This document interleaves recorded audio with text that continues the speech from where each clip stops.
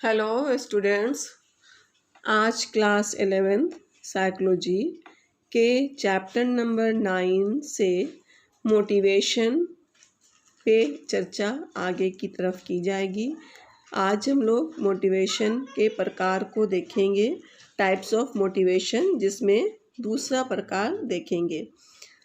मैं doctor Rana Mujeeb, Marwari college from Ranchi, department of psychology.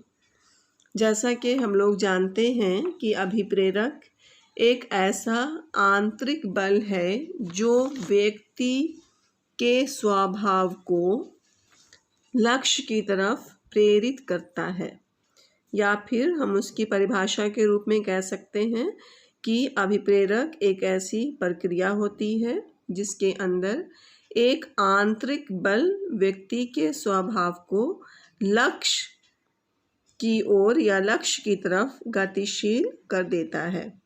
इस तरह से क्या हुआ कि मोटिवेशन क्या हुआ, मूवमेंट हो गया, एक्टिवेट हो गया, एनर्जाइज हो गया, कि वह व्यक्ति को मूवमेंट कराता है, एक्टिविटीज़ कराता है और उसके अंदर एक शक्ति प्रदान करता है। अब हम लोग देखेंगे मोटिवेशन के प्रकार में कि दो प्रकार का होता है। अभिप्रेरक दो प्रकार के हैं, एक जैविक अभिप्रेरक बायोलॉजिकल मोटिवेशन, और दूसरा है मनोसामाजिक अभिप्रेरक या उपार्जित या मनोसामाजिक भी कह सकते हैं, एक्वायर्ड और साइकोलॉजिकल मोटिव्स। बायोलॉजिकल मोटिव्स में क्या है, ये अभिप्रेरणा के सहज या अंतर्जात जैविक कारकों जैसे हार्मोन, तंत्रिका संचारक, मस्तिष्क संरचना,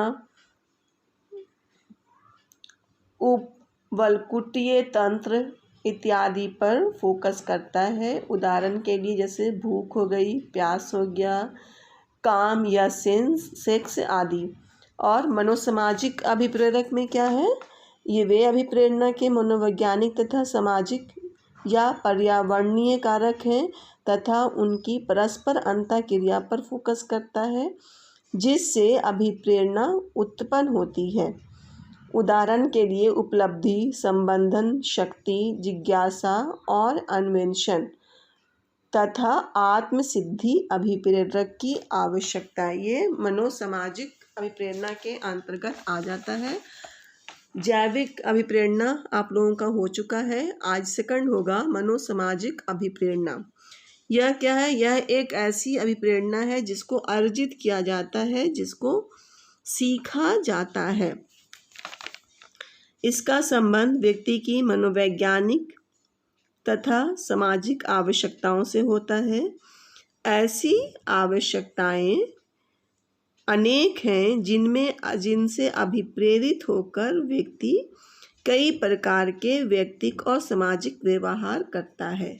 इसलिए कहीं कहीं पर आप देखेंगी कि मनोसामाजिक अभिप्रेरणा को भी दो भागों में बांटकर बताया गया है, एक व्यक्तिक पर्सनल और दूसरा सामाजिक सोशल। लेकिन मोटा मोटी हम लोग देखते हैं कि मनोसामाजिक अभिप्रेरक के कितने काइंड्स हैं, कितने प्रकार हैं, जिसमें सबसे नंबर 1 है संबंधन की आवश्यकता, नीड फॉर एफिलिएशन। ये क्या है, नीड फॉर एफिलिएशन क्या है, इसको हम लोग देखेंगे। संबंधन की आवश्यकता भी इसे कहते हैं।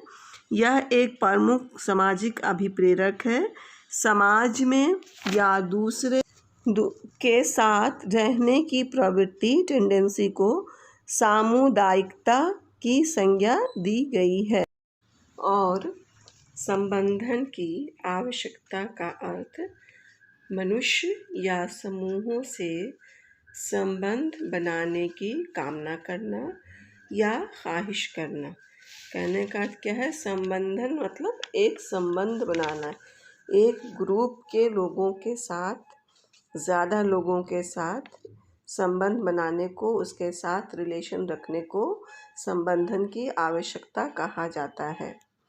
मनुष्य चूँकि एक सामाजिक प्राणी है, वह प्यार, अपनापन, रिश्ते नाते, मित्रता, फ्रेंडशिप और भी दूसरे संबंधों को बनाए रखने के लिए अनेक कार्य और व्यवहार संबंधन की आवश्यकता को संतुष्ट करने के लिए करता है। जिस व्यक्ति में यह आवश्यकता ज़्यादा होती है उसमें सामाजिकता तथा समुदाय के साथ रहने की इच्छा उतनी ही मजबूत होती है, ज़्यादा होती है। जैसे सपोज कीजिए बहिर्मुखी व्यक्ति या एक्सट्रोवर्ट प्रकार के जो व्यक्ति होते हैं वह दूसरों के साथ मिलने जुलने पर ज़्यादा विश्वास करते हैं, भीड़ पसंद करते हैं, अपने नेबरहुड की मदद करते हैं। तो ये क्या हुआ कि एक संबंध बनाना अपने समाज के लोगों के साथ। विटेकर 1970 ने भी कहा है कि जीवों में अपनी जातियों के साथ समूह में रहने की प्रवृत्ति को सामुदायिकता या संबंधन व्यवहार की संज्ञा दी जाती है। जीवों कहने का अर्थ क्या है? चाहे वो मनुष्य हो या पशु हो। पशु भी अपनी जाति के लोगों के साथ रहना पसंद करते हैं, जिस तरह एक मनुष्य अपने बिरादरी में रहना पसंद करता है। According to Whittaker, the tendency of some organism to prefer their own species and to live in group is called gregariousness or affiliative behavior. Okay, अब है नंबर 2, शक्ति की आवश्यकता, नीड फॉर पावर। यहाँ पर क्या है कि बहुत सारे व्यक्ति ऐसे होते हैं जो अपने सम्मान के लिए, अपने पावर के लिए, अपनी कुर्सी के लिए ज़्यादा प्रयत्नशील होते हैं। उनकी इच्छा होती है समाज में एक सत्ता बनाए रखने की। तो इसी को हम शक्ति की आवश्यकता कहते हैं। सत्ता की आवश्यकता भी व्यक्ति की एक प्रमुख सामाजिक आवश्यकता है, सोशल नीड्स है, जिसके द्वारा व्यक्ति अपना प्रभुत्व, अपनी सत्ता अन्य व्यक्तियों पर बनाए रखता है, अपना धाक जमाए रखना चाहता है।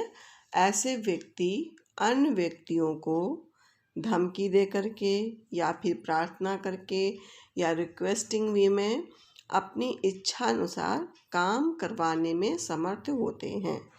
कुछ लोग क्या होते हैं, आप छोटे बच्चों से ही देखेंगे स्कूल में ही कि जो जिसके अंदर इस तरह की प्रवृत्ति होती है वो बच्चे या तो डराकर धमकाकर उस चीज़ को लेना चाहते हैं, अपना प्रभुत्व जमाना चाहते हैं, या फिर कुछ ऐसे बच्चे भी होते हैं जो रिक्वेस्टिंग वे में प्यार से अपनी बात मना करके अपनी शक्ति को दिखाना चाहते हैं।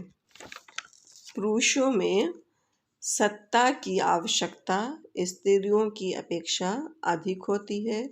पुरुष ज़्यादा धाक जमा करके अपनी सत्ता लेना चाहते हैं। कोई भी व्यक्ति सत्ता अभिप्रेरक पावर मोटिवेशन की अभिव्यक्ति कैसे करेगा, ये कई बातों पर निर्भर करता है। जैसे सत्ता अभिप्रेरक की अभिव्यक्ति व्यक्ति के यौन, सेक्स, सामाजिक आर्थिक स्तर, सोशियो इकोनॉमिक स्टेटस, परिपक्वता का स्तर, लेवल ऑफ मैच्योरिटी आदि पर निर्भर करता है। इन सारी चीज़ों के आधार पर ही एक व्यक्ति अपनी शक्ति को शो करता है या शक्ति को दिखाता है कि वह क्या कर सकता है। जैसे सपोज कीजिए एक एग्जाम्पल दिया गया है,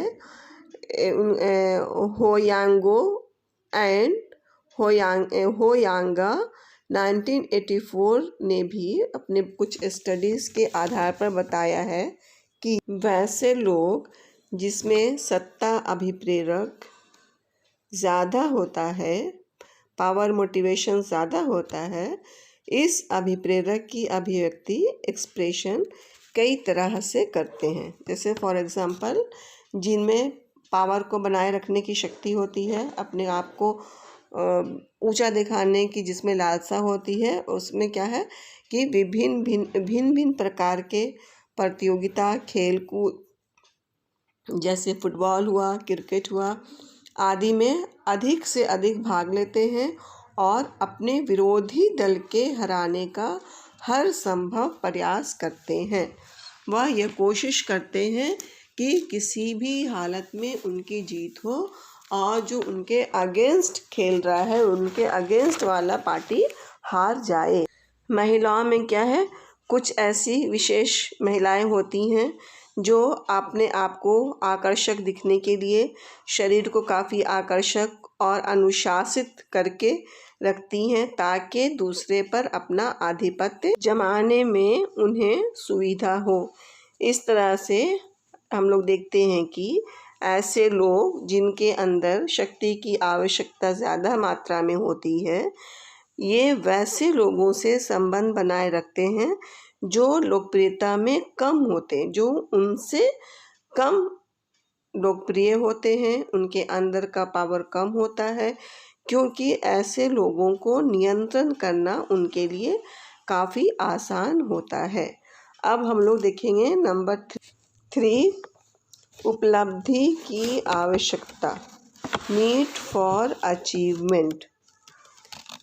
उपलब्धि की आवश्यकता या उपलब्धि अभिप्रेरक, अचीवमेंट मोटिव से तात्पर्य एक ऐसे अभिप्रेरक से होता है जिससे प्रेरित होकर व्यक्ति अपने काम को इस ढंग से करता है कि उसे उसमें अधिक से अधिक सफलता प्राप्त हो। फरमान फर्नाड व फर्नाड 1972 ने भी उपलब्धि अभिप्रेरक को परिभाषित करते हुए कहा कि उपलब्धि अभिप्रेरक से तात्पर्य श्रेष्ठता के खास स्तर प्राप्त करने की इच्छा से होता है। Generally, this motive, achievement motivation, is defined as a desire for attaining some specific standard of excellence. यहाँ कहने का अर्थ है कि उपलब्धि प्राप्त करना, कुछ व्यक्तियों में उपलब्धि प्राप्त करने की ख्वाहिश बहुत ज़्यादा होती है और जिन व्यक्तियों में इस तरह की आवश्यकता होती है वही उपलब्धि आवश्यकता की श्रेणी में आता है। इस तरह हम देखते हैं कि जिन व्यक्तियों में उपलब्धि अभिप्रेरक, अचीवमेंट मोटिवेशन अधिक होता है, वे अपनी ज़िंदगी में ज़्यादा से ज़्यादा ऊंचाई पे जाने की कोशिश करते हैं, सफलता प्राप्त करने की कोशिश करते हैं। ऐसे व्यक्ति क्या होता है कि ऐसे व्यक्ति जो थोड़ी बहुत कठिनाई उनके पास आती है, कुछ डिफ़िकल्टीज़ आती है, उस तरह के कार्य को भी वो आसानी से कर लेते हैं, उस तरह के कार्य को करना पसंद करते हैं क्योंकि इस पर उनकी सफलता निश्चित होती है और उन्हें ऐसा लगता है कि इसमें सफल हो जाएंगे तो ये कुछ और आगे कर सकते हैं। जब थोड़ी सी कामयाबी मिलती है तो फिर और ज़्यादा उससे मोटिव हो करके मोटिवेशन उनको मिलता है, फिर और ऊंचाई पे जाने की वह कोशिश करते हैं। इस तरह अधिक उपलब्धि प्रेरक वाले व्यक्ति वैसे काम को करना पसंद करते हैं जिनमें सफलता मिलती है, तो वे अपनी इस सफलता को ध्यान में रखते हुए अपनी आकांक्षा के स्तर को, लेवल ऑफ एस्पिरेशन को धीरे धीरे और ऊंचा करते चले जाते हैं और उनकी यह कोशिश हमेशा होती है कि वह दूसरों की अपेक्षा ज़्यादा अच्छा करें और ज़्यादा ऊंचाई पे जाएं और अपने लाइफ में ज़्यादा सक्सेस हो। आज यहीं तक, अगले क्लास में यह कंटिन्यू होगा। थैंक